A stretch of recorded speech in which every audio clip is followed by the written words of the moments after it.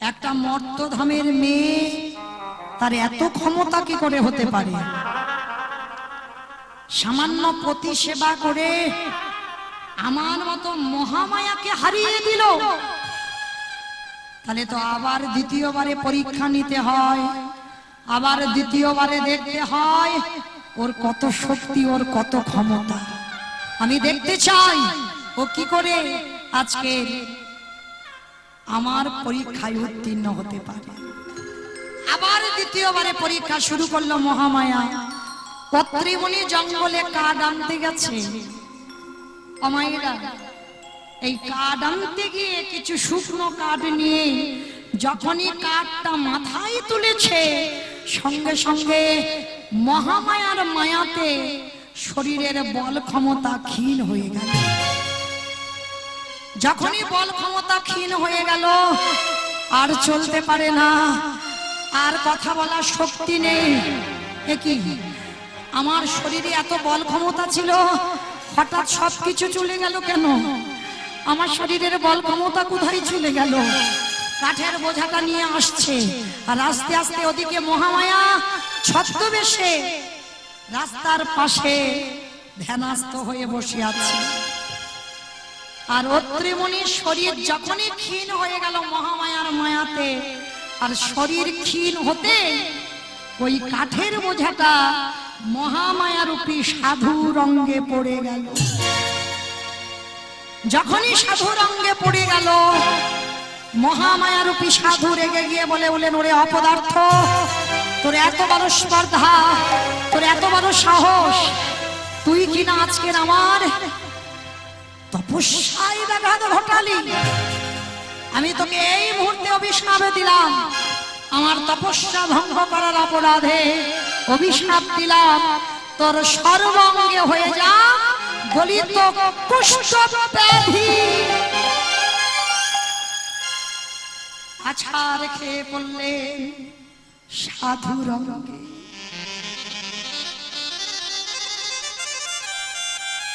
বিশ্বাস করে আমি কেন তো অন্যায় করিনি, আমি কাঠ কুড়িয়ে মাথায় নিলাম, আমার শরীরের বল ক্ষমতা ক্ষীণ হয়ে গেল।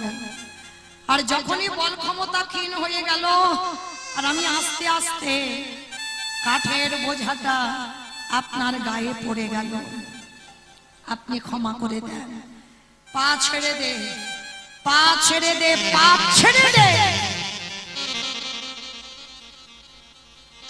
সাধু বাক্য অমান্য করলি, সাধুর তপস্যা ভঙ্গ করলি, আমি তোরে অভিশাপ দিলাম। শুধু তোর গলিত কুষ্ঠ ব্যাধি হবে না, আমি অভিশাপ দিলাম তোর মাত্র 1 মাস আয়ু। আর 1 মাস পর যখনই আকাশে সূর্য উদয় হবে, তৎক্ষণাৎ তোর অপঘাতে মৃত্যু হবে। না বলো না, বলো না ওই কথা। অভিশাপ দেওয়ার সঙ্গে সঙ্গে সর্ব অঙ্গে অত্রিমুনির ভরে গেল বড় বড় ফসকা। এই কুষ্ঠ ব্যাধিটা কেমন হয়? প্রথমে বাবা বড় বড় ফসকা পড়ে, আর ফসকা পড়ে সেইটা পুঁজ রক্তে ভর্তি হয়ে যায়। সেই ফসকা যখন ফেটে যায়, গায়ে থেকে পুঁজ রক্ত ঝরে ঝরে পড়ে। সঙ্গে সঙ্গে সাধুর অভিশাপে অত্রিমুনির সর্ব অঙ্গে ভরে গেল গলিত কুষ্ঠ ব্যাধি। অনুসুয়া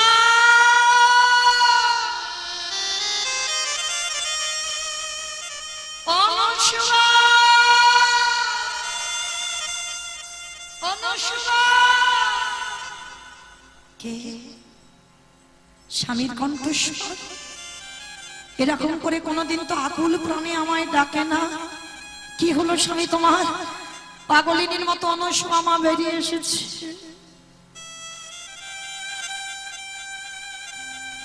যখনই বেরিয়ে এসেছে মা, স্বামী যেই না এসে দরজায় আছাড় খেয়ে বলল, অনুসুয়ার দরজায়। স্বামী, একই স্বামী, তোমার সর্বাঙ্গেটা কি করে হলো? অনুসুয়া, আমি বুঝতে পারলাম না মনুষ্যবা, আমি কাঠ কুড়াচ্ছিলাম, কাঠ গুড়াতে গুড়াতে আমার সর্ব শরীরের বল ক্ষমতা চলে গেল। আমি কাঠের বোঝাটা নিয়ে মাথা দিয়ে আসছিলাম, আস্তে আস্তে কে যেন আমার পিছন থেকে ওই কাঠের বোঝাটা একটা সাধুর গায়ে ফেলে দিল। সেই সাধু আমায় অভিশাপ দিল, আমার সর্বাঙ্গে হয়ে যাবে কুষ্ঠ ব্যাধি। শুধু কুষ্ঠ ব্যাধি নয় অনুষ্বা, আমার মাত্র আয়ু 1 মাস। 1 মাস পর সূর্য ওঠার সঙ্গে সঙ্গে আমার মৃত্যু হয়ে যাবে। বড় জ্বালা, বড় যন্ত্রণা, সর্ব শরীরে বড় বড় ফোসকা পড়েছি।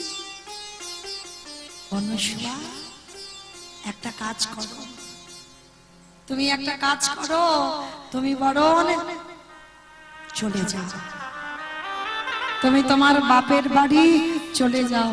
কারণ এই যে আমি অসুস্থ হয়ে গেছি, আর এই রোগটা ছোঁয়াচে রোগ, আমার সেবা করতে করতে যদি তোমার অসুখ হয়ে যায়, তোমাকে তখন কে দেখবে? যাও, তুমি বাপের বাড়ি চলে যাও। অনুষ্বা বলে উঠলেন, স্বামী,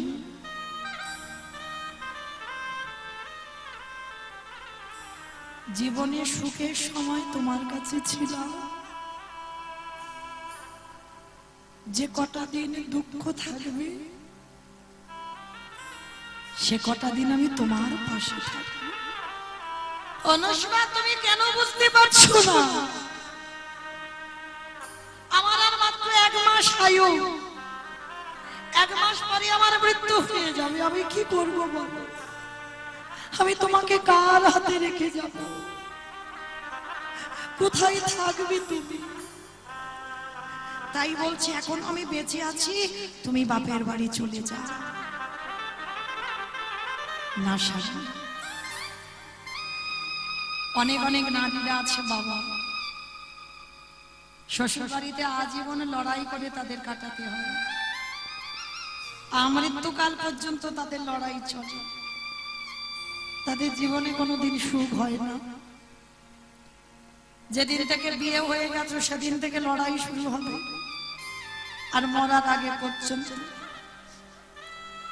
তবে মনে রেখো মা, ঠিক ঠিক যদি গোবিন্দ চরণ আঁকড়ে ধরে থাকা যায়, একদিন না একদিন তোমার ঠিক ভালো হবে। বিশ্বাসটা রাখতে হবে, বিশ্বাস হারিয়ে ফেললে হবে।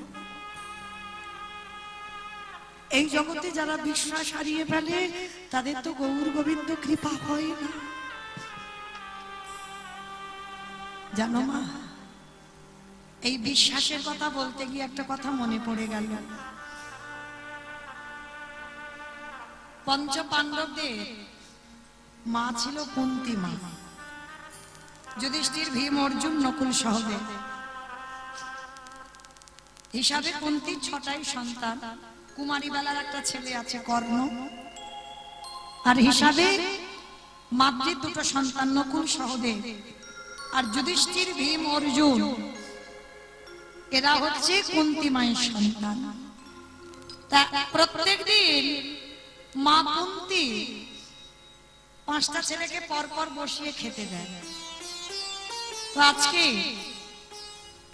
যুধিষ্ঠিরকে, বড় ছেলে তো যুধিষ্ঠির, তাকে খেতে দিয়েছে। তা যুধিষ্ঠির বলছে, ও মা, আজ আমার ভীম ভাইয়ের বড় খিদে, ও মা তুমি বড়, আমার ভীম ভাইকে একটু খেতে দাও। তা বলছে, ঠিক আছে, তুই যখন বলছিস ভীম ভাইকে আগে খেতে দি। তা যা রান্না বান্না করেছে মা ভীমকে আগে খেতে দিয়েছে। আর যখনই ভীম খেয়েছে ওই দিন এত ভীমের খিদে ছিল, যা যা খাবার করেছে বাবা ভীম একাই সব খেয়ে ফেলেছে, আর কিচ্ছু পড়ে নেই রান্নাঘরে। মা কুন্তী রেগে গিয়ে বলছে, ভীম তোর এত খিদে, একবারের জন্য তোর মার কথা, তোর ভাইদের কথা, তোর দাদাদের কথা, কারোর কথা ভাবলি না?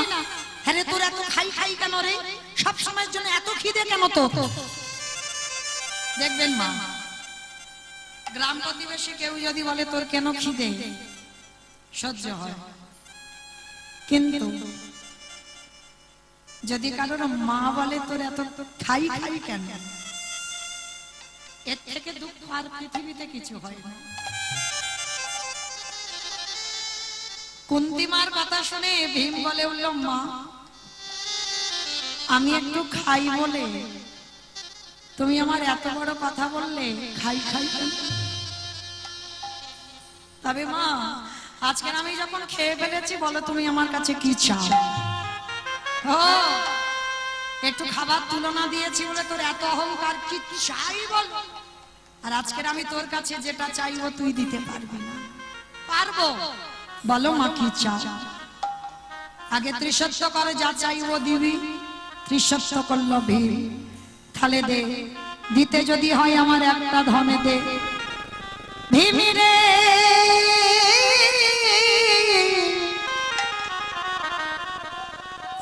এই হস্তিনাপুর থেকে কৃষ্ণ দ্বারকায় চলে গেছে। কয়েক মিনিটের মধ্যে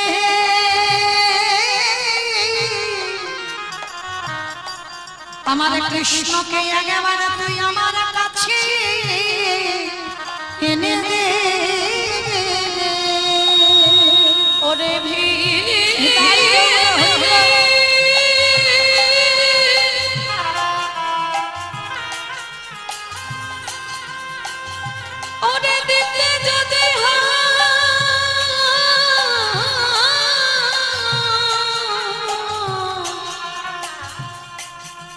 আমার কৃষ্ণ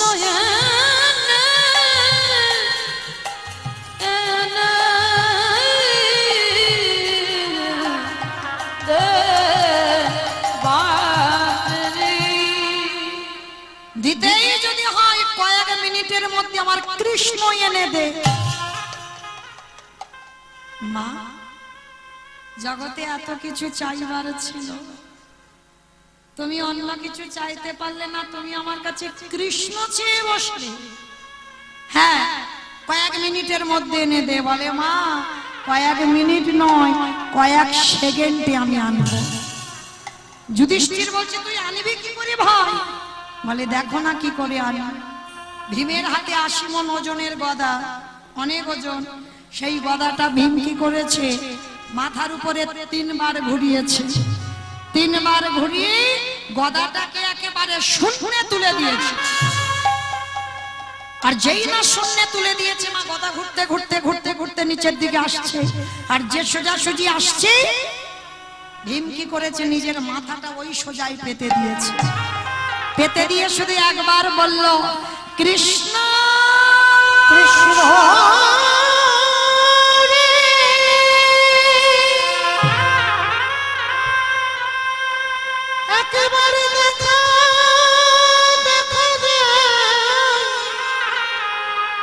ওরে তুই নাকি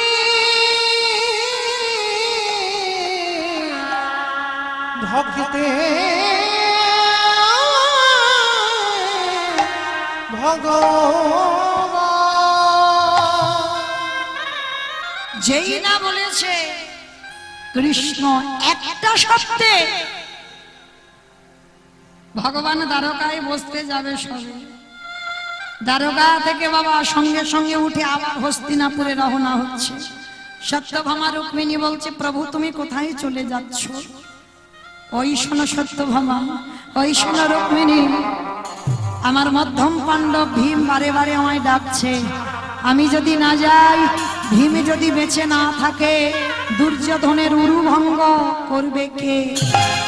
আমি যদি না যাই, ভীম যদি বেঁচে না থাকে, দুঃশাসনের বক্ষ চিরে রক্ত পান করবে কে? আমি যদি না যাই, ভীম যদি বেঁচে না থাকে, ধর্মরাজ্য প্রতিষ্ঠা করবে কে? আমি আসছি সত্যভামা। আমার গদাটা তো উপর থেকে উপরে দাঁড়িয়ে নেই, সে তো নিচে পড়বে, কতটুকু সময় লাগে? আর হস্তিনাপুর থেকে দ্বারকা 3 দিনের পথ, একটুখানি রাস্তা নয়। তাহলে গদাটা ঘুরতে ঘুরতে মাটির দিকে পড়বে। আর ভগবান দ্বারকা থেকে শূন্যে এসে গদাটা যেই না ভীমের মাথাতে পড়তে যাবে, আগে ভগবান এসে গদাটাকে জড়িয়ে ধরে, এক হাতে গদা নিয়েছে, এক হাতে ধুলা থেকে ভীমকে তুলছে। এই আমার আসতে যদি একটু দেরি হয়ে যেত তাহলে এই গদা তোর মাথায় পড়ে তোর অপঘাতে মৃত্যু হতো। ভীমের বিশাল বড় চেহারা, বুকে জড়িয়ে ধরেছে, কৃষ্ণ আমার অপঘাতে মৃত্যু হতো। কৃষ্ণ রে, যে পক্ষে আমার কৃষ্ণ সে পক্ষে রেখে কোনদিন অপমৃত্যু হয় রে। ওরে কৃষ্ণ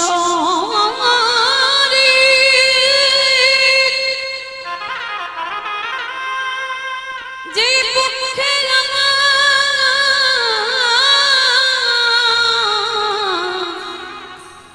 যে পক্ষে স্বয়ং কৃষ্ণ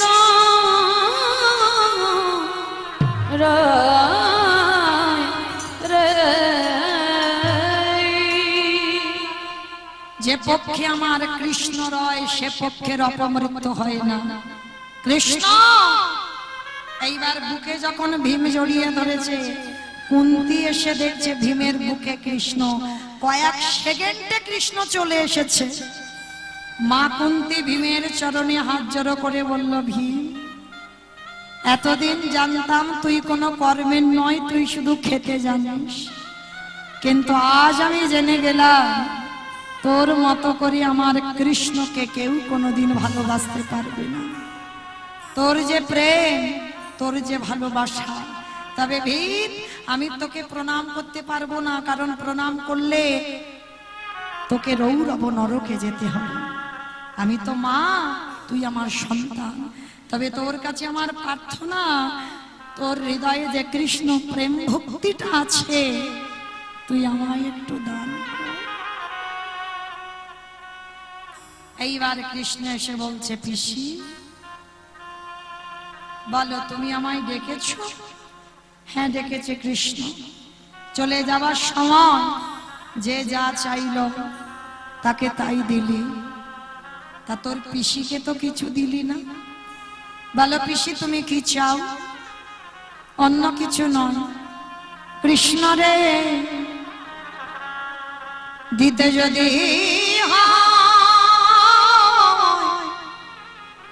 এই জগতে যত দুঃখ, যত কষ্ট, যত ব্যথা, যত বেদনা,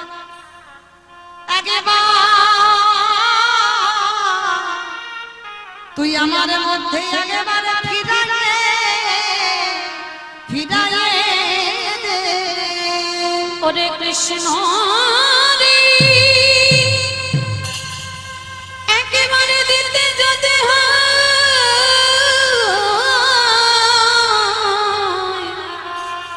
আমার যত ব্যথা সবে ফিরাইয়ে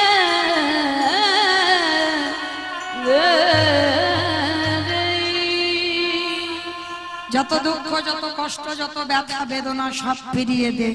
কৃষ্ণ হেসে উঠল, পিসি এ জীবনে কোনো ভক্তকে দেখলাম না যে আমার কাছে গিয়ে বলল কৃষ্ণ আমার দুঃখ দে, কষ্ট দে, ব্যথা দে। সবাই তো ভালো ভালো চেয়ে নেয়। ও পিসি, আর তুমি আমার কাছে দুঃখ চাইছো কেন? কৃষ্ণ রে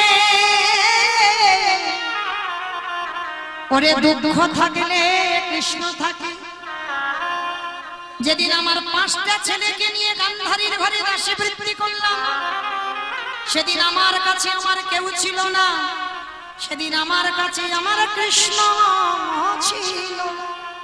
আর চেয়ে দেখ আজকের আমার দিকে, যুধিষ্ঠির রাজা, আমি রাজার মা, আমার সব আছে, সোনা দানা টাকা পয়সা সব আছে।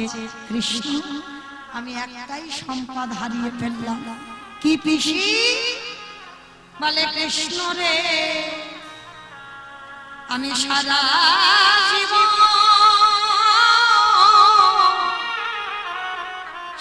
জীবন আমি কৃষ্ণ চরণ কাটা হারাইলাম। ওরে কৃষ্ণ নিতাই গৌর হরি বল। আমি যে রাজমাতা হলাম বটে, কিন্তু কৃষ্ণ চরণ হারা হয়ে গেলাম। কৃষ্ণ চরণ হারা হয়ে গেলাম। বল কোনটা সুখ? কৃষ্ণ কাছে থাকলে সুখ না কৃষ্ণ চলে গেলে সুখ? চাই না যে সুখে আমার কৃষ্ণ হারাতে হয়, আমি সেই সুখ চাই না। এটা বাস্তবে মিলিয়ে নেবেন মা। যত জীবনে দুঃখ থাকবে, কষ্ট থাকবে, কৃষ্ণ কাছে থাকবে। আর যেদিন থেকে তোমার জীবন থেকে দুঃখ চলে যাবে, তোমার কাছ থেকে চিরজনমের মতো কৃষ্ণ চলে যাবে। তাই ভগবানের কাছে প্রার্থনা করবেন, আমি যেন সারা জীবন আমি কৃষ্ণ বলে কাঁদতে পারি। তাহলে ভগবানকে পেতে গেলে বিশ্বাস আর ভক্তিটা লাগে। তো আজকের এই লীলাতে অনুসুয়া মা বলে উঠলেন, স্বামী তুমি কেন ভুলে যাচ্ছ?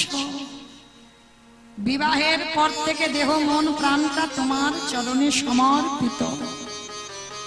তাহলে তুমি ভাবলে কি করে যে তোমারে ফেলে আমি চলে যাব? কিন্তু অনুসুয়া বলে, স্বামী আমার বাবার কাছ থেকে শুনেছিলাম, কোন মানুষ অপরাধ করলে তাকে নাকি তীর্থে তীর্থে স্নান করালে সেই মানুষ নাকি আবার সুস্থ হয়। যত তীর্থ আছে সব তীর্থে স্নান করালে সে নাকি ভালো হয়ে যায়। কি মাইরা সব তীর্থে স্নান করা যায়? পারবেন না তো। কিন্তু একটা তীর্থে স্নান করলে সব তীর্থে স্নান হয়ে যায়। রাধে রাধে। একটা তীর্থে যেতে হবে। জানো মা, কথাটা বলতে গিয়ে মনে পড়ে গেল, একদিন নন্দরাজা মনে মনে ভেবেছিল। কি ভেবেছিল জানো? আমি একটু প্রয়াগ তীর্থে যাব, মানে যেখানে সব কয়েকদিন আগে একেবারে স্নানের হুড়োহুড়ি হলো না, কি জানো? কুম্ভ মেলা। প্রয়াগ, প্রয়াগরাজে স্নানে যাবে কে? না, ভগবান কৃষ্ণের বাবা নন্দ রাজা স্নানে যাবে কুম্ভ মেলায়। প্রয়াগ তীর্থে স্নান করবে। তার ছোট্ট ছেলে গোপাল আধো আধো করে কথা বলে, বাবা কোথায় যাচ্ছ বাবা? বলে, খোকারে জীবনে অনেক পাপ পাপ কাজ তো করি, ওই জন্য আমি রাজা, অনেক পাপ করতে হয়, ওই জন্য সিদ্ধান্ত নিয়েছি যে আমি একটু প্রয়াগরাজে স্নানে যাব। যেই না বলেছে প্রয়াগরাজে স্নানে যাবে, দুষ্টু ছেলে গোপাল মনে মনে ভাবছে, হায় হায় হায়, যে তীর্থ সাক্ষাতে দাঁড়িয়ে আছে তাকে ফেলে আমার বাবা যাচ্ছে প্রয়াগরাজের কাছে। বলে, দেখাচ্ছি তোমার মজা, দাঁড়া। আর দেখবেন বাবা, এটা নিয়ম আছে, এটা শুধু আমার গোপাল করেছে বলে নয়, এ জগতেও নিয়ম। যদি বাবা মা তীর্থে যায় বা কেউ যদি তীর্থে যায়, তার ওই ব্যাগ ঝোলা নিয়ে একটু আগিয়ে দিয়ে আসতে হয়। হ্যাঁ, এটা নিয়ম, একটু গাড়িতে করে তুলে দিয়ে আসতে হয়।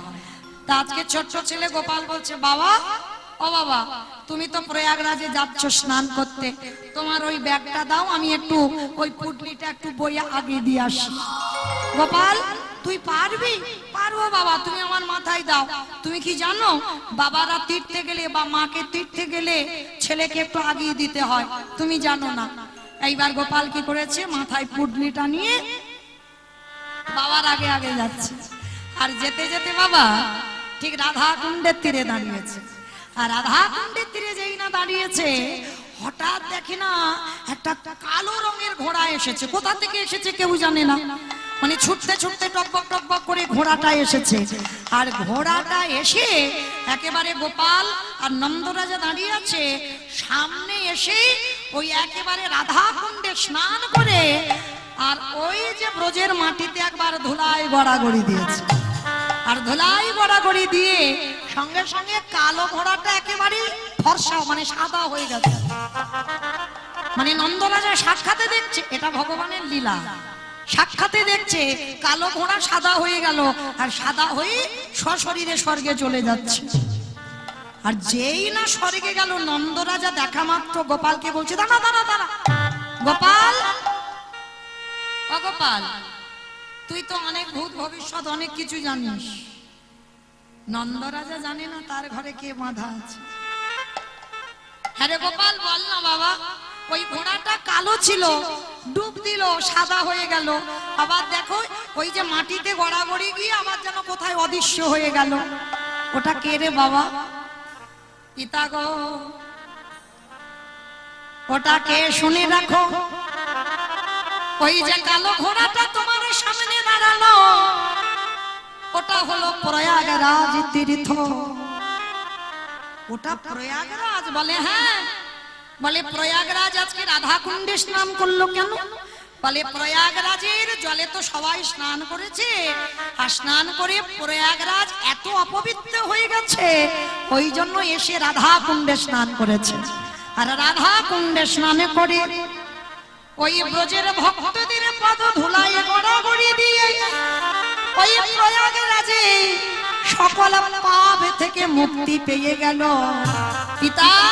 আর মুক্তি পেয়ে ওই পাপ ছিল বলে কালো হয়ে গিয়েছিল, আর পাপ ধৌত হতে সাদা হয়ে গেল, আর সাদা হতে প্রয়াগরাজ চলে গেল স্বর্গে। ও বাবা, ওসব কথা বাদ দাও, চলো চলো এক্ষুনি যেতে হবে। তুমি তো তীর্থে যাবে, তোমাকে একটু আগেই দিয়ে আসি। দাঁড়া, আজ যাবো না বাবা, খবরদার, আর আমি এক পা কোথাও যাবো না। বলে কেন বাবা? এক্ষুনি তো তুমি বাইনা ধরলে তুমি পাপ তাপ করেছো, তুমি প্রয়াগে গিয়ে স্নান করলে পূর্ণ সঞ্চয় হবে, তাহলে এখন যাবে না কেন? ওরে গোপাল রে, আমি সাক্ষাতে দর্শন করলাম, যার কাছে যাব সে যদি এত অপবিত্র হয়। আরে যে ব্রজের মাটিতে আমার জন্ম হলো, যে ব্রজের মাটির মানুষ আমি, আর ব্রজ ছেড়ে আমি যাব প্রয়াগরাজের কাছে? খবরদার, আজকে থেকে আমি যাব না। যদি মনে হয় আমি রাধা কুণ্ডে একবার স্নান করিব, আমি অনন্ত না না যাব না রে, এই রাধা কুণ্ডে স্নান করিব। আস্তে, তার জন্য আপনাদের চরণ ধরে নিবেদন, যদি সব তীর্থে স্নান করতে না পারেন, একটা তীর্থে অন্তত একবার যাবেন। জীবনের অন্তিম সময় পর্যন্ত চেষ্টা করবেন একবার যাবার জন্য, যেটা উত্তরপ্রদেশ রাধা কুণ্ডের তীর। আর রাধা কুণ্ডের তীরে ওই যাবেন, শুধু ওই গাড়িতে করে যাবেন আর দর্শন করে চলে আসবেন না। চরণ ধরে বলে যায়, একবার যদি যান অন্তত রাধা কুণ্ডে স্নানটা করবেন। কেন? রাধা কুণ্ডে স্নান করা মানে সকল তীর্থ ওই রাধা কুণ্ডেই আছে। হরি বল। তো এই রাধা কুণ্ডে স্নান করতে হয়। তা আজকের অনুসুয়া মা অত্রিমণির রোগগ্রস্ত কুষ্ঠ রোগ, বলল সব তীর্থে নিয়ে যাবে। কি করে নিয়ে যাবে? অনুসুয়া, আমি চলতে পারি না, আমি হাঁটতে পারি না, আমাকে নিয়ে যাবে কি করে? স্বামী, তুমি চিন্তা করো না, আমি চেষ্টা করব। গাছের ডাল কেটে গাড়ি তৈরি করেছে, গাছের শিকড় কেটে দড়ি করেছে। অত্রিমণির তখন ওই পচা গলা মাংসগুলো খসে খসে পড়ে যাচ্ছে, গাড়ির উপরে শয়ন করিয়েছে। ওই শিকড় দিয়ে দড়ি করে টানতে টানতে যাচ্ছে দয়াময়। যে সুখের জন্য আমি ঘর বাঁধলাম, আমি ভাবিনি দয়াময় সেই সুখের সংসার তুমি এমন করে আমার নিভিয়ে দেবে। কেন কেড়ে নিচ্ছ তুমি আমার স্বামীকে? আমি ফিরিয়ে দাও। সুখের লাগিয়া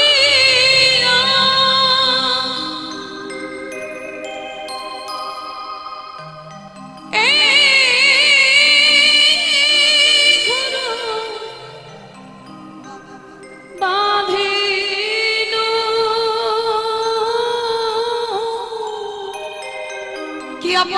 করেছিলাম ঠাকুর তোমার চরণে। অনলি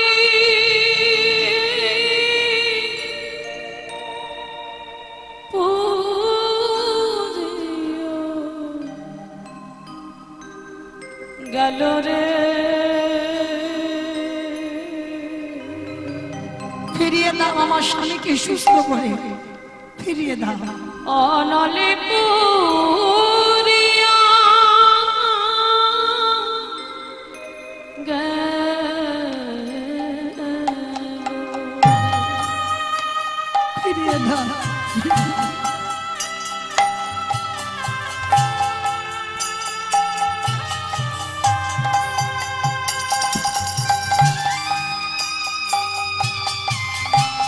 আমি তো তোমার কাছে বলিনি আমার সুখ দাও, আমি তো বলিনি আমার সংসার দাও।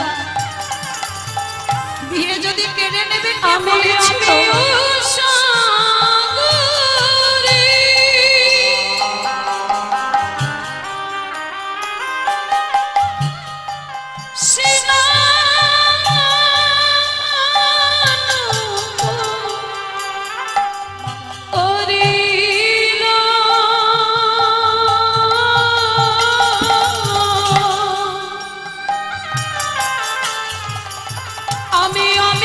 সাগরে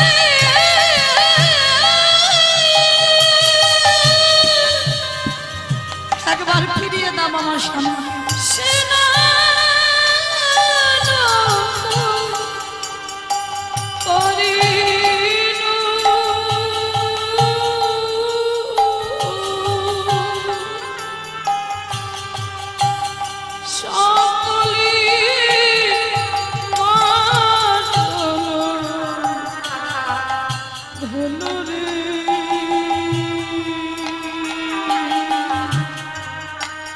সকলি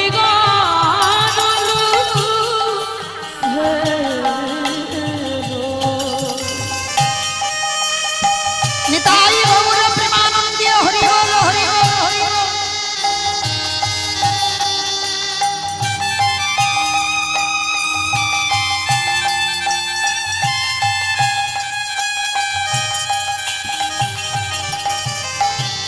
আমি সাগর সেতী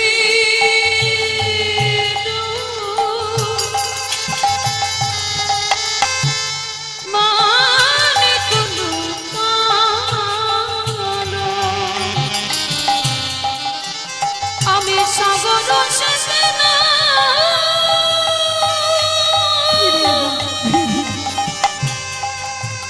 এই মানে কোনো লুকানো,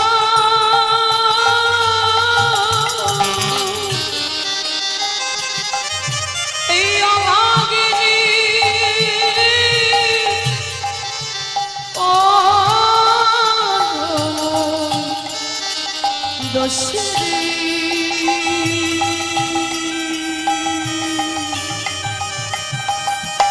এই অভাগিনীর কারণ দোষ। আমি সুখের লাগিয়া নিতাই গৌর প্রেমানন্দে হরি বল হরি বল হরি বল।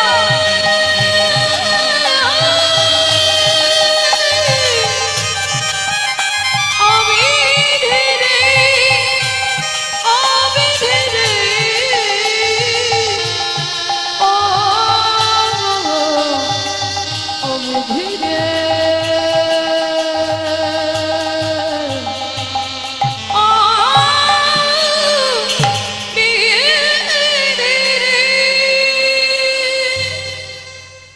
নয়নের জলে আজ জনমে দুঃখী মায়া,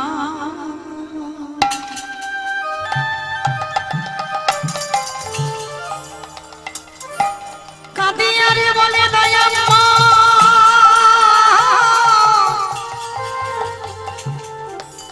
তুমি কৃপা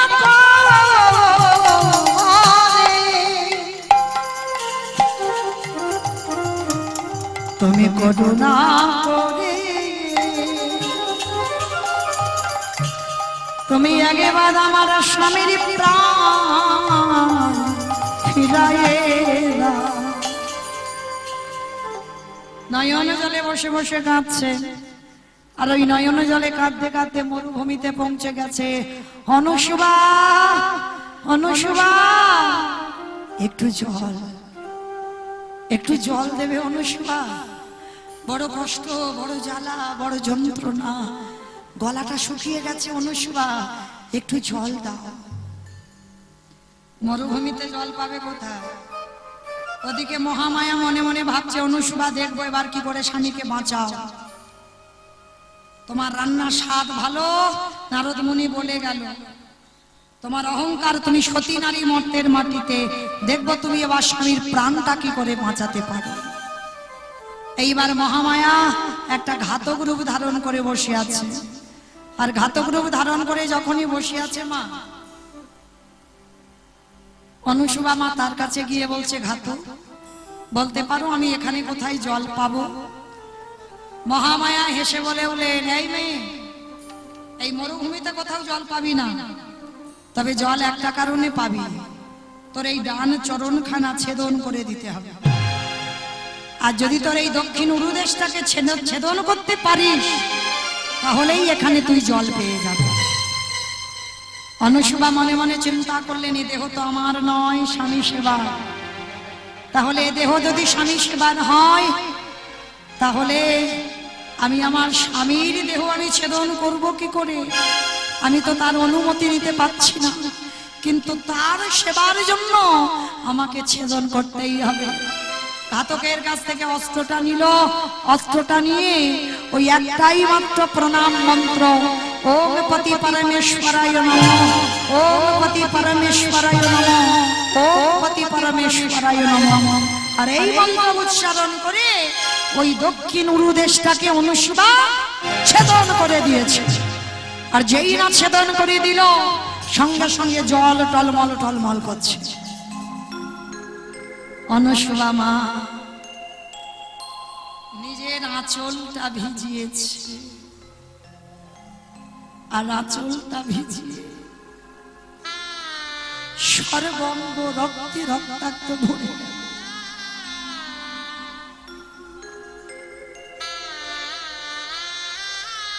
যাবে কি করে গো? মেয়েটার একটা চরণ নেই, কেটে দিয়েছে। এক পায়ে কতক্ষণ হেঁটে যাবে?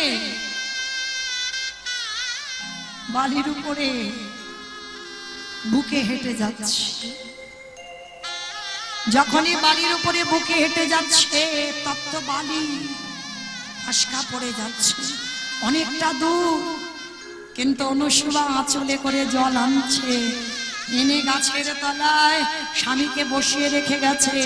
পিছনে এসে আঁচলটা নিকড়ে নিয়ে জলটা স্বামীর মুখে দিয়ে দিল।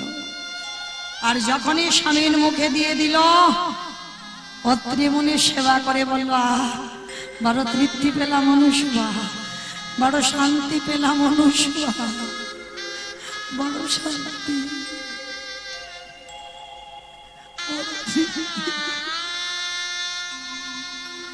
যেই না অনুসুবার দিকে তাকিয়েছে, দেখেন একটা চরণ নেই, সর্বাঙ্গে রক্তে রক্তাক্ত। অনুসুবা, এটা কি হলো? এটা কি করে হলো? স্বামী, তোমার সেবার জন্য জল আনতে গেছি, জল আমি যখন পেলাম না, তোমার অমতে আমার এই চরণটা ছেদন করতে হলো। ছেদন না করলে আমি যে জল পেতাম না, স্বামী বিগড়ে দিচ্ছে। অনুসুবা, তুমি এখনো আমায় এত ভালোবাসো? আমার অঙ্গ থেকে দুর্গন্ধ, পচা গলা মাংস, তুমি একই ভাবে আমায় ভালোবাসো? অনুসুবা, একদিন যদি আমি ভগবানকে ডাকি, আমি তোমার আশীর্বাদ করলাম, তোমার যেমন চরণ ছিল আবার তেমন হয়ে যাও, হয়ে যাও, হয়ে যাও। সঙ্গে সঙ্গে মা যেমন চরণ ছিল তেমন চরণ হয়ে গেল।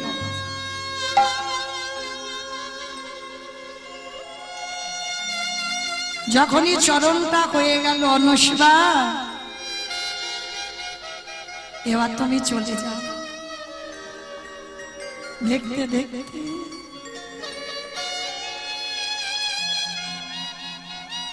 আর 3টে দিন বাকি। 3 দিন পরে মা 1 মাস পূর্ণ হবে। আর অভিশাপ দেওয়া আছে 1 মাস হয়ে গেলে স্বামীর মৃত্যু হবে। আজও আছে মা অনেক অনেক মা স্বামীদের প্রাণ বাঁচাবার জন্য চারিদিকে ছুটোছুটি করে লড়াই করে। অনেক মা আছে। 3 দিন বাকি আছে অনুষ্বা, আর যে পারি না অনুষ্বা, বড় যন্ত্রণা শরীরে, বড় জ্বালা হচ্ছে শরীরে। অনুষ্বা তোমার কোলের উপরে একটু মাথাটা রাখতে দেবে? অন্তত চলে যাওয়ার আগে একবার তোমার কোলে মাথাটা রাখি।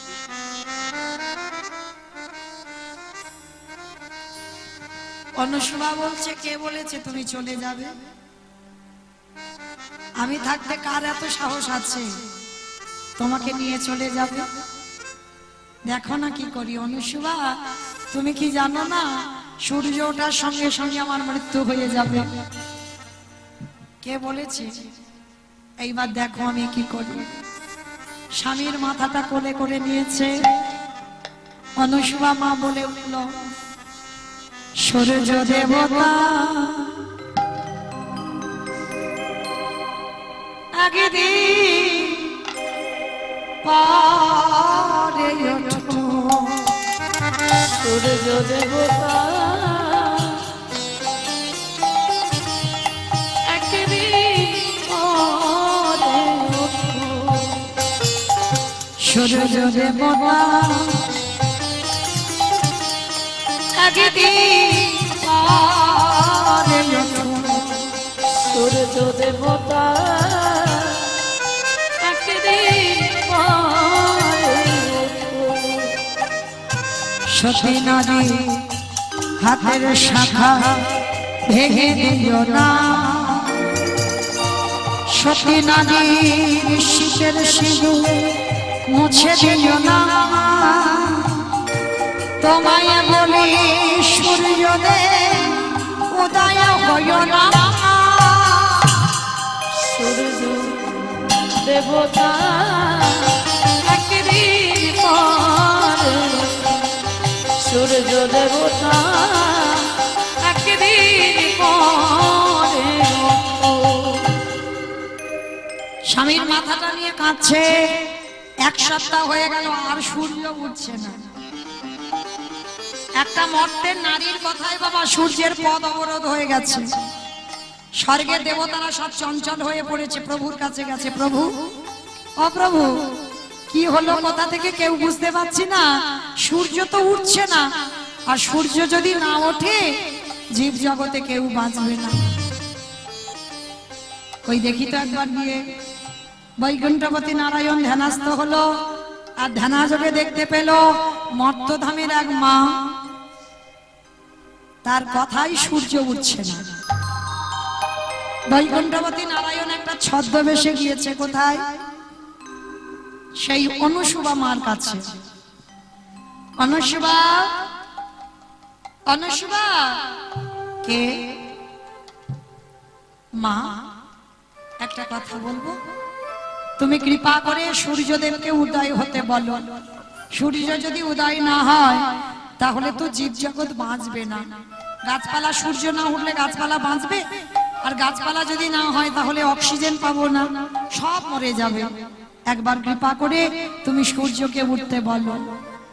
যখনই বললো সূর্যকে উঠতে বলো, অনুসূয়া মা তো চালাক নয়, বলছে বাবা আগে বলো তো তুমি আমাকে কি বলে ডাকলে? বলে কেন, আমি মা বলেছি। কোন সন্তান কি পারে মায়ের শীতের সিঁদুর হাতের শাখা ভাঙতে? তুমি কেমন ছেলে? আর তাছাড়া তুমি তো আমার স্বামীকে নেবে না, আমার স্বামীর প্রাণ নেবে যমরাজ। যমরাজ যদি এসে বলে যে আমি সূর্যকে উঠতে বলবো, আমার স্বামীর মৃত্যু হবে, আবার আমার স্বামীকে ফেরাতে হবে, যমরাজ যদি বলে তাহলে আমি করতে রাজি। বেশ, বৈকুণ্ঠপতি নারায়ণ ছুটে গেল যমরাজের কাছে। যমরাজ তুমি যাও, অনুসূয়া মাকে গিয়ে বলো যেন অনুসূয়া মা সূর্যকে উঠতে বলে। যমরাজ এসে করজোর করে বলল, অনুসূয়া তুমি সূর্যকে উঠতে বলো, কথা দিলাম একদিকে তোমার স্বামীর মৃত্যু হবে আর একদিকে তোমার নতুন স্বামীর প্রাণ ফিরে পাবে। বেশ, তুমি যখন কথা দিলে তাই হোক। হে সূর্যদেব, তুমি যদি আমার কথায় উঠে না থাকো, এই মুহূর্তে তোমার অনুমতি দিলাম, তুমি উদয় হও, উদয় হও, উদয় হও। সঙ্গে সঙ্গে সূর্যদেব উদয় হলো। সূর্যদেব ওঠার সঙ্গে সঙ্গে পত্রীমণি ছটফট করতে করতে মৃত্যু হয়ে গেল। আর একদিকে মরা স্বামী পড়ে আছে, একদিকে সুস্থ সবল স্বামী প্রাণ ফিরে পেল। যে অসুস্থ স্বামী ছিল আর নয়, সুস্থ স্বামী হয়ে গেল। এইবার সুস্থ স্বামীকে ফিরে পেয়ে যমরাজকে প্রণাম করে আমার অনুসূয়া মা ঘরে ফিরে এলো। আর সেই ঘরে ফিরে এসে স্বামী স্ত্রীর সংসার চলছে।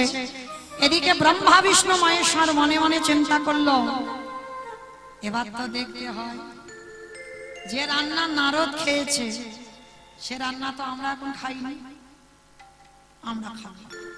দাঁড়া, ব্রহ্মা বিষ্ণু মহেশ্বর তিনজনের ছদ্মবেশে অনুসূয়া মার কাছে গেছে। অনুসূয়া ভিক্ষাং দেহি। যেই না আঁচলটা পেতেছে মা, সঙ্গে সঙ্গে অনুসূয়া মা এসে বলছে, বাবা কে তোমরা? আমাদের চিনবে না চিনবে না, আমাদের একটু সেবার ব্যবস্থা করতে পারবে? পারবো। আমার স্বামী সেবা হোক, হবার পরেই আমি তোমাদের সেবা দেব তিনজনকে। তার মধ্যে বাবা ভোলানাথ বলে বললেন, দাঁড়াও, সেবা দিলে হবে না। সেবা যদি দিতে চাও, শোনো মা, তোমাকে বিবস্ত্র হয়ে সেবা দিতে হবে।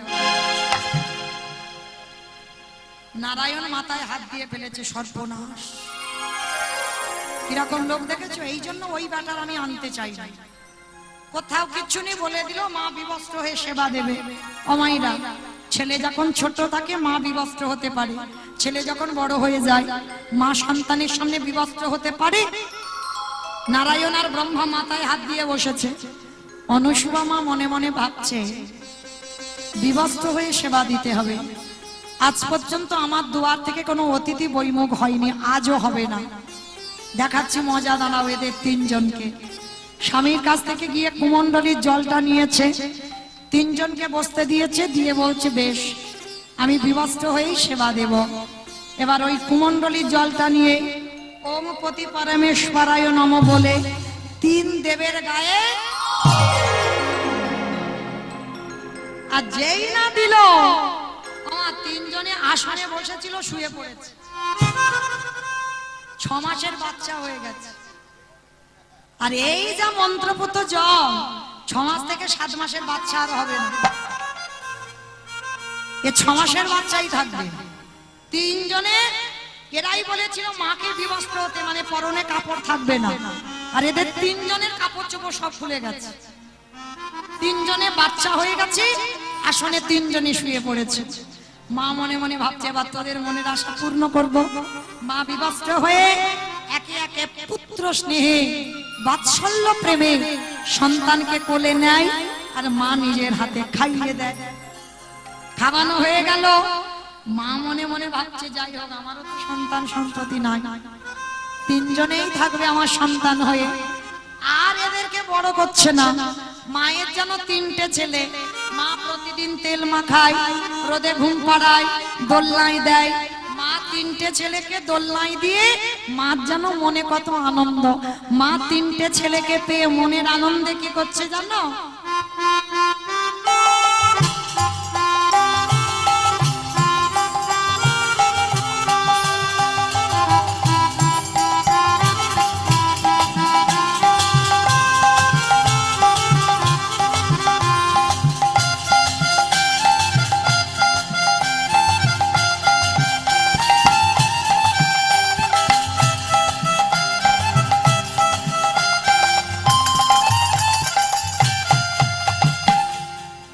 তিনটে ছেলে 6 মাসের করে বাচ্চা দোলনায় দিয়েছে, আর তিন দেব খিলখিল করে হাসছে।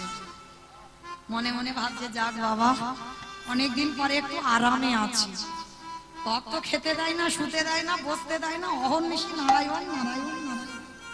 হ্যাঁ? বাবা ভালো হয়েছে, আমি কটা দিন মার কাছে একটু আদর যত্নে থাকবো, আর আমি কোথাও যাব না।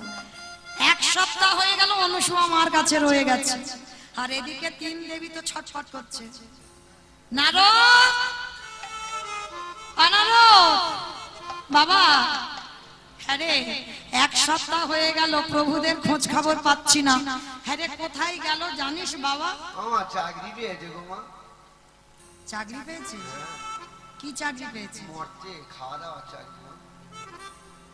মরতে নাকি খাওয়া দাওয়ার চাকরি? বলে খাওয়া দাওয়ার চাকরি পেয়েছে, বলে কোথায়?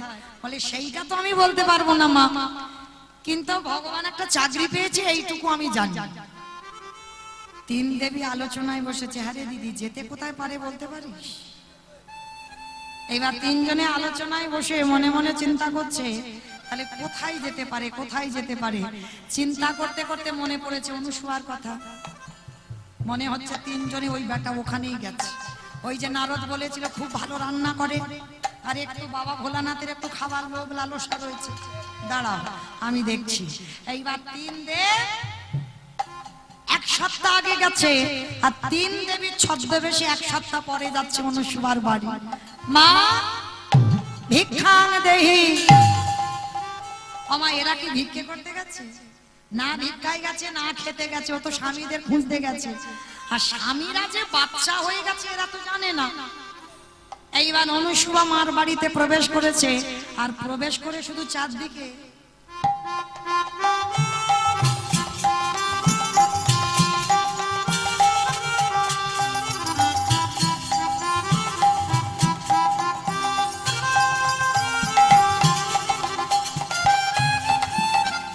আর এদিকে অনুসুয়া মা তো সে আনন্দে আছে, তিনটে ছেলেকে নিয়ে রান্না বান্না করে, ওদের সেবা দেয়, আর ওদের ঘুম পাড়ায়, ওদের নিয়ে আনন্দে থাকে।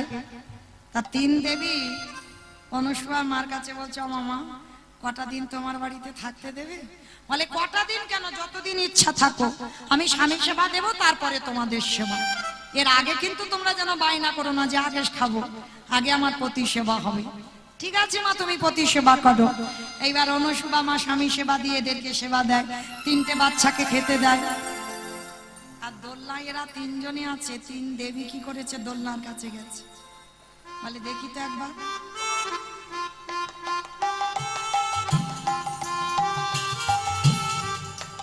আমা সন্তান যমজ সন্তান হয়, দুটো সন্তান, তবে এখন হচ্ছে, এখন হচ্ছে 3টে সন্তান। আর দেখবেন মা 6 মাসের বাচ্চাগুলো সব একই রকম দেখতে না, বোঝা যায় না, শুধু একটু বোঝা যায় কালো ফর্সা মোটা পাতলা, এইটা বোঝা যায়। তারপরে যেন মুখের বাঁধন টাধন গুলো এক হয়ে যায়, কিচ্ছু বোঝা যায় না। এইবার তিনজনে যখন দোলনায় আছে, তিন দেবী তো চিনতে পারছে না কোনটা কার, ঝামেলায় পড়ে গেছে। দিদি চিনতে পাচ্ছিস? একদম একদম পাচ্ছিস না? দিদি তুই পাচ্ছিস? কোথায় আর দেখতে পাবো, খুঁজে খুঁজে চোখ চলে যাচ্ছে, দেখতে পাচ্ছি। পাচ্ছি না? ও পাচ্ছে না। দিদি তুই পেয়েছিস? পাচ্ছিস? কোনটা? ও, মানে ভুঁড়িটা একটু উঁচু মতো হয়ে আছে না, ওইটা একটু মোটা সোটা মতো। ওটা কে গো? বলা না। মা মনে মনে চিন্তা করছে এই যে ভুঁড়িটা অচু মতো হয়ে আছে, কিন্তু এরা বাচ্চা হলো কেন? এ তো স্বামী হতে পারে না, স্বামী হবে কেন? আর অনুসুয়া দূর থেকে দেখছে তিন দেবী বড় জব্দে পড়ে গেছে, কিন্তু এরা যে তিন দেবী এটা অনুসুয়া মা জানে না, আর এরা যে তিন দেব তাও অনুসুয়া মা জানে না। শুধু বিবস্ত্র হতে বলেছিল, ওই জন্য ওদের বাচ্চা করে দিয়েছে। এবার অনুসুয়া মা এসেছে তিন দেবীর কাছে। ও মামা, তোমরা অনেকক্ষণ ধরে দেখছি উকি ঝুঁকি মারছো, আমাকে বলবে তোমাদের কি হয়েছে? মা সত্যি করে বলবো, এক সপ্তাহ স্বামীকে খুঁজে পাচ্ছি না। তিনজনের স্বামী হারিয়ে গেছে বলে। হ্যাঁ, তিনজনের স্বামী চলে গেছে, খুঁজে পাচ্ছি না। তা ওই জন্য এক জায়গায় খবর পেলাম যদি তোমার বাড়িতে আসে, ওই জন্য এসেছিলাম, কিন্তু এসে তো দেখতে পাচ্ছি না, দেখছি তোমার তিনটে সন্তান। এবার অনুসুয়া মা তো জানে না, সত্যি কথাটাই বলে দিয়েছে। বলে শোনো মেয়ে, জানি না তোমাদের স্বামী কিনা, তবে এরা তিনটে আমার সন্তান এখন বটে, কিন্তু এরা বড় হয়েই আমার কাছে এসেছিল। কিন্তু তোমরা জানো এরা তিনজনে আমাকে বিবস্ত্র হয়ে সেবা পেতে চেয়েছে আমার কাছে। ওই জন্য আমি মা হয়ে, ওরা অত বড় সন্তান, ওদের সামনে বিবস্ত্র হব কি করে? ওই জন্য কুমণ্ডলীর জল দিয়ে ওদের বাচ্চা করে দিয়েছে। চমকে উঠেছে মা দুর্গা, তুমি ওদের বাচ্চা করে দিয়েছো, তাহলে আবার বড় করে দাও দেখি, ও আমাদের মানুষ কিনা নাকি অন্যজন এসেছে, বুঝতে পারছি না তো। ঠিক আছে, তোমরা চিন্তা করো না, দেখছি দাঁড়া। কুমণ্ডলীর জলটা নিয়ে ওম পতি পরমেশ্বরায় নমঃ বলে তিনজনের গায়ে ছিটিয়ে দিয়েছে।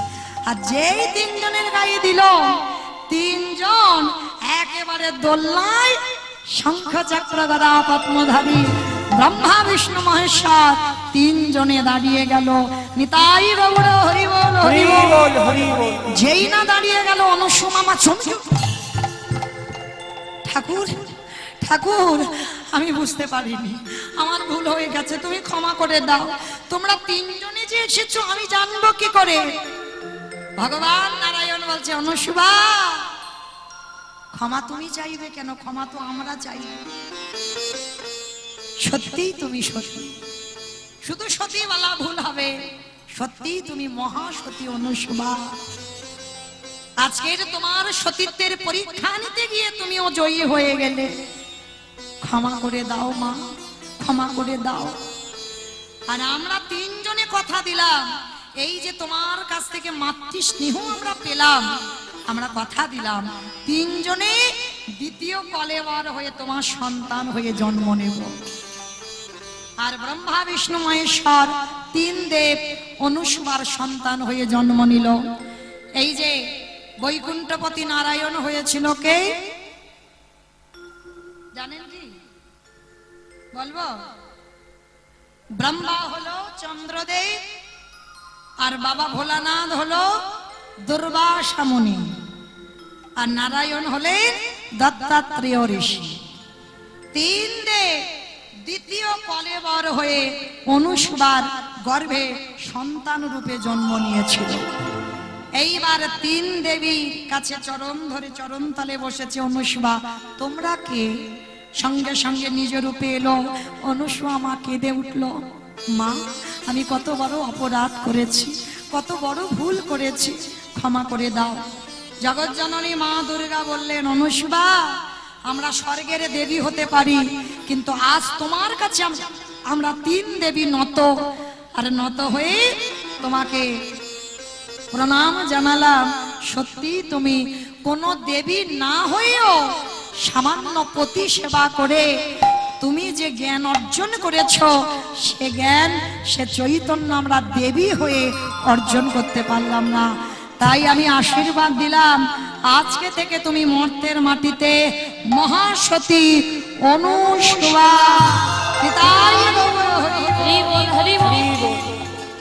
মায়েরা এইবার তিন দেবী আর তিন দেব যেই না দাঁড়িয়ে গেছে, সঙ্গে সঙ্গে এসে গেছে সর্বঘাটের কাঁটালি বলা, নারায়ণ নারায়ণ নারায়ণ। অনুসুয়া আমারে চিনতে পারছিস কে? তুমি তো নারদ, বলে আমি তো গিয়েছিলাম তোর কাছে প্রসাদ পেতে আর আশীর্বাদ দিয়েছিলাম মনে আছে 3 দেবকে তুই তোর ঘরে বন্দি করে রাখবি। আমি সেই নারদ।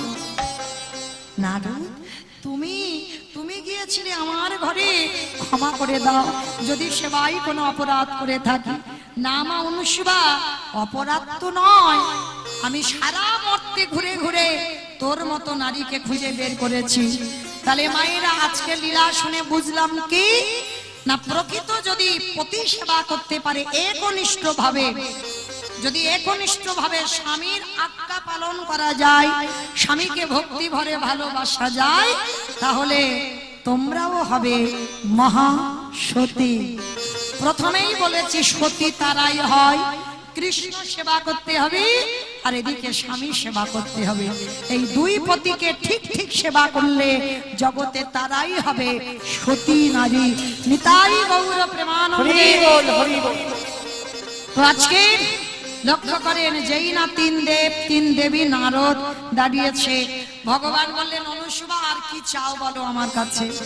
অনুসুবা এখনো সেই একটাই চাওয়া, হে ঠাকুর দিতে যদি হয় একটাই বস্তু দাও, আমার অন্তিম সময় পর্যন্ত যেন আমি পতি চরণ সেবা করতে পারি। আরে বাবা মা ওটা তো তোমার আছে, আর কিছু চাও? বলে না ঠাকুর আর কিছু চাবার নেই। পত্রিমুনি ছুটে এসেছে, প্রভু সেই যদি কৃপা করে হতভাগার দুয়ারে এলে একবার যুগল হয়ে দাঁড়াও। ব্রহ্মা বিষ্ণু মহেশ্বর, মা লক্ষ্মী, মা দুর্গা, মা সাবিত্রী, নারদ সবাই যে যার যুগল হয়ে দাঁড়ালেন। আর যুগল পাদ পদ্মে অনুসুয়া পত্রিমুনি নয়ন ভরে দর্শন করলেন। স্বামীর বামে, স্বামীর বামে, স্বামীর বামে দাঁড়াইল নবীন কিশোর।